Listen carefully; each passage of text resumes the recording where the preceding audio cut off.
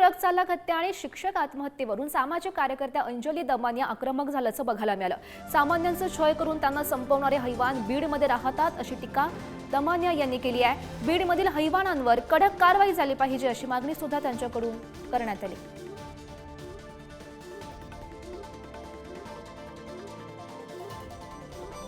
शिक्षकाचं प्रकरण की बँकेच्या बाहेर त्यांनी स्वतःला गळफास लावून घेतला आणि त्याचं मी पूर्ण बघत होते की 18 वर्ष त्याला पगार नव्हता आणि पगार मागितला म्हणून तू फाशी घे म्हणजे तू पण मोकळा होशील आणि तुझ्या जागी दुसरा ठेवायला आम्ही पण मोकळे होऊ म्हणणारी जी माणसं आहेत ते ही सगळी माणसं कशी म्हणायची आपण?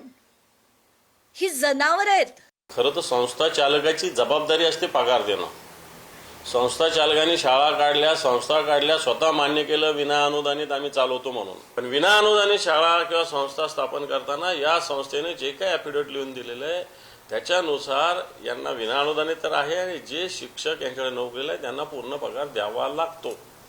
हे देत नाही सरकारने, तर यांच्यावर गुन्हे दाखल केले पाहिजे आणि अशा संस्था चालकाला जेलमध्ये टाकलं पाहिजे सगळ्यात आधी। शिक्षकानं जी आत्महत्या ते निशब्द आहे। सकाळीच मी आज ती बातमी वाचली।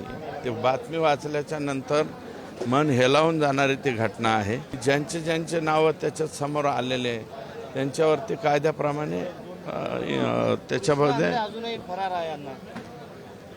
सापडेल, तो कुठे जातो सापडावा अशा प्रकारची माझी अपेक्षा आहे।